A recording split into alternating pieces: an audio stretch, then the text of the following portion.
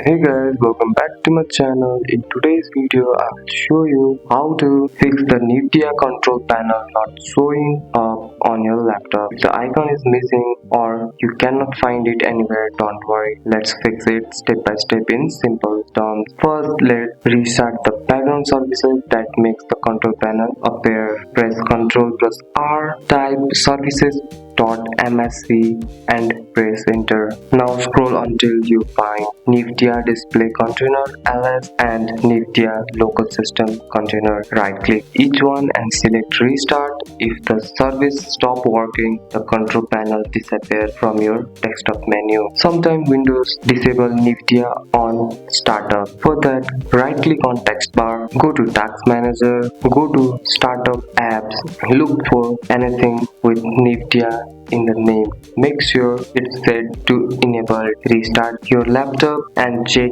if control panel shows up with your right click to the desktop. If nothing works, do a clean reinstall. Go to Nvidia app, tap drivers, click reinstall, then enable performance. Clean installation. This wipes old files and reset everything including the control panel. That's it. That's all for today's video guys. Found this video helpful, drop a like and subscribe for more videos. Thanks for watching. See you in next one.